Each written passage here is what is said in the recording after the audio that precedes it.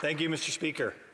First of all, I'm humbled to be in this debate tonight. I know so many of my colleagues on this side of the House wanted to comment on the emergency around Line 5, and I'm here representing so many of them. We do have a good list of speakers, but not nearly as many as wanted to address this issue. And they've been advocates for this industry for years, advocates for how we benefit across Canada from the riches and the technology and the environmental advancements that come with the energy industry.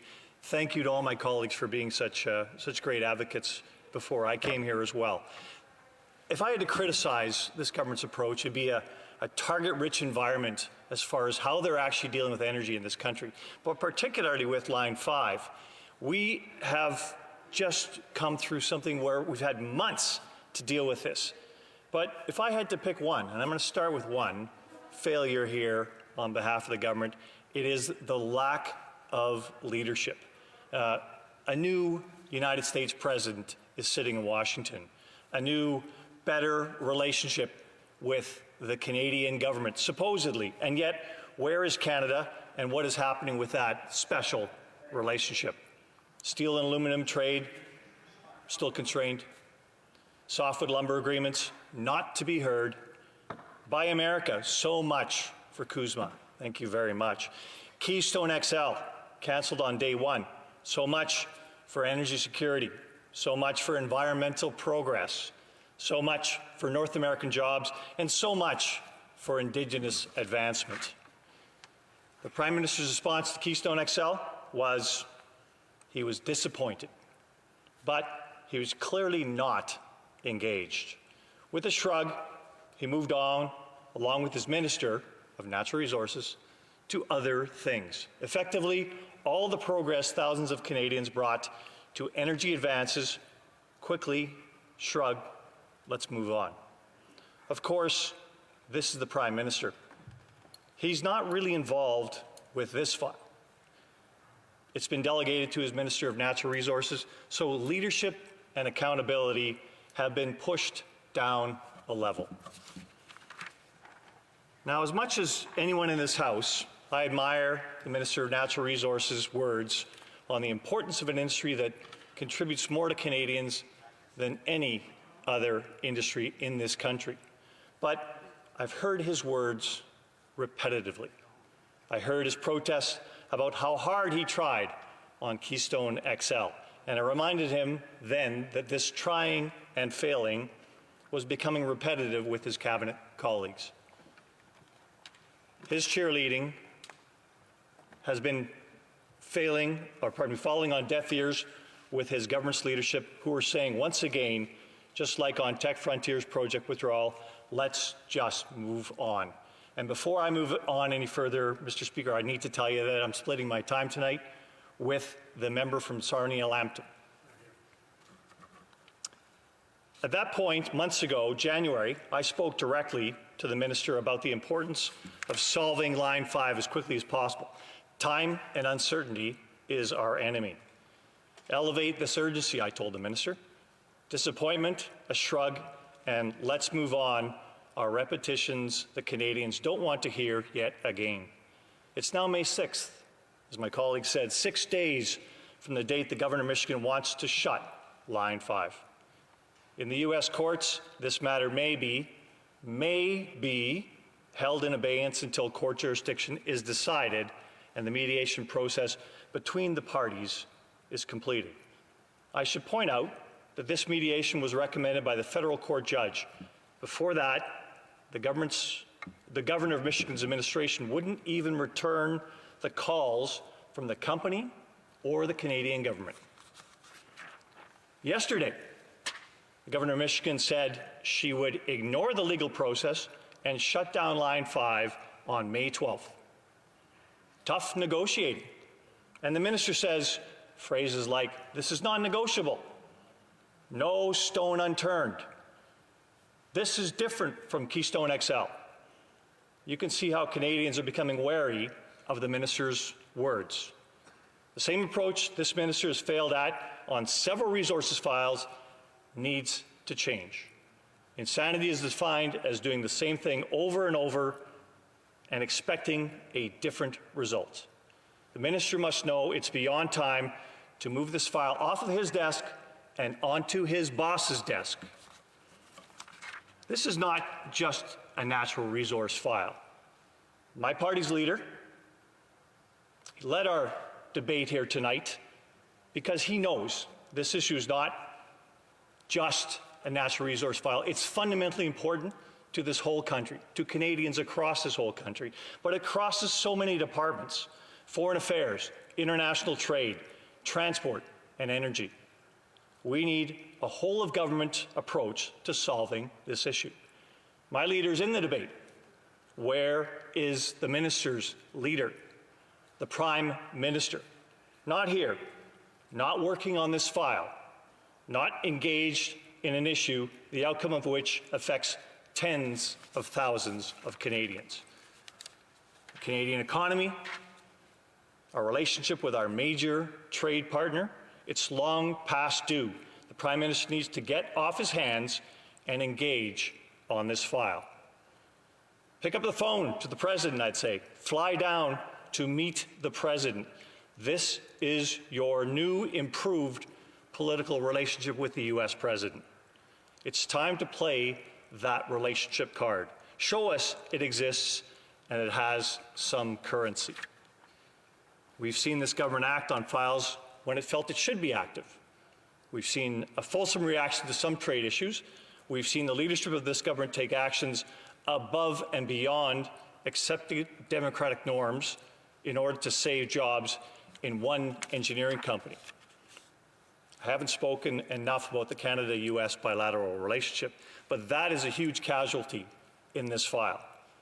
Last year, we watched the government accept that it had badly negotiated a renewed North American Free Trade Agreement. Real negotiators saw through our team's virtual signaling and inability to solve difficult issues. I listened as our lead minister on the file stated that her greatest success was removing the energy sharing agreement from the previous text of NAFTA. I knew then that this government did not understand the nature of trade between our two countries. The U.S. government's decisions on Keystone and maybe the ignorance on Line 5, that Canada's energy trade with our dominant partner trading is expendable. That's not comfort. That is real risk. Canada-U.S. trade was solidified 3 decades ago by leaders on both sides that understood how strong we were together. The government alludes to a special relationship with the incoming U.S. administration. Well, prove it. It needs to be utilized. The initial results are very discouraging.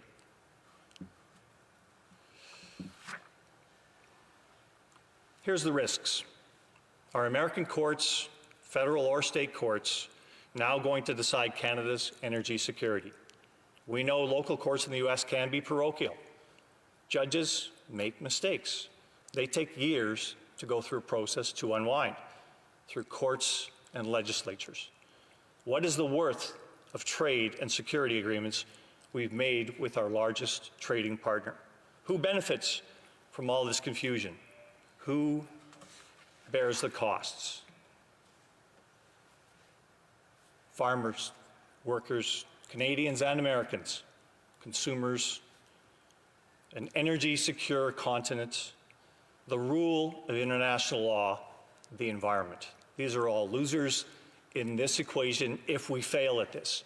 Ironically, some of the pipeline's oil which flowed underneath the Straits of Mackinac will then flow above it. What is the tangible outcome? By all accounts, negative.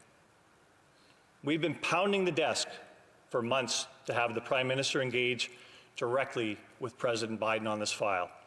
Where is he? Thank you.